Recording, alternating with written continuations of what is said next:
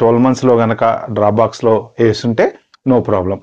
Other than that 13th month కానీ 14th month కానీ ఎవరైనా మీరు డ్రాప్ బాక్స్కి అప్లై చేస్తుంటే క్యాన్సిల్ చేసేసుకొని మీరు ఇంటర్వ్యూకి అప్లై చేసుకోవాలి. సో మీరు యాజ్ లాంగ్ యాజ్ యూఎస్లో ఉన్నంత వరకు I-94 వ్యాలిడిటీ ఎంతవరకు ఉందో అంతవరకు మీరు కంట్రీ దాటకపోతే చేసుకోవాల్సిన అవసరం లేదు.